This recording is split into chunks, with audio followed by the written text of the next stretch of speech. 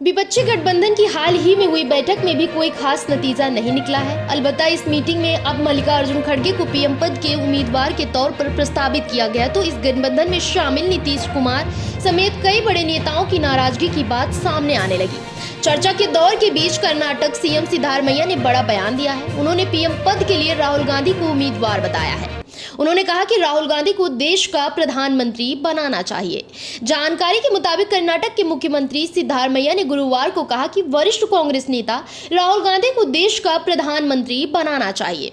उनका बयान तब आया है जब भारतीय गुट के भीतर कुछ लोगों ने कांग्रेस अध्यक्ष मल्लिकार्जुन खड़गे को 2024 के लोकसभा चुनाव के लिए गठबंधन का प्रधानमंत्री पद का चेहरा बनाने की वकालत की है।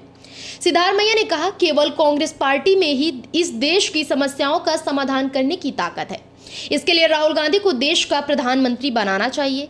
सीएम कांग्रेस के 139वें स्थापना दिवस समारोह को संबोधित कर रहे थे। इस दौरान उन्होंने कहा कि देश में किसी ने भी भारत जोड़ो यात्रा जैसा कुछ भी नहीं किया है।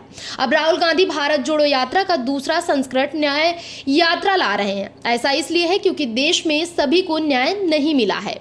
तेलंगाना के मुख्यमंत्री और राज्य की कांग्रेस इकाई के अध्यक्ष रेवंत रेड्डी ने कहा कि जिस तरह से हर दवाई की एक्सपायरी डेट होती है, ठीक उसी तरह से प्रधानमंत्री नरेंद्र मोदी नाम की दवाई भी जल्द ही एक्सपायर हो जाएगी। उन्होंने कहा कि आने वाले दिनों में देश में मोदी दवाई कारगर साबित नहीं होगी। रेवंत रेड्डी ने गुरुवार को नागपुर में आयोजित कांग्रेस के 139वें स्थापना दिवस कार्यक्रम को संबोधित करते हुए कहा कि नरेंद्र मोदी हमेशा खुद को ऐसा शख्स बताते हैं जिनका 56 इंच का सीना है। उन्होंने कहा कि मोदी जी जब एक आम शख्स संसद में घुसा तो आप उसे रोक भी नहीं पाए।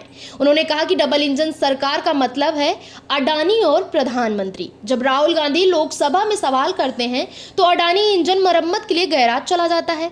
ठीक इसी तरह से मणिपुर से मुंबई तक राहुल गांधी की भारत न्याय यात्रा के बाद प्रधानमंत्री का इंजन भी काम करना बंद कर देगा। फिलहाल इस खबर में बस इतना ही।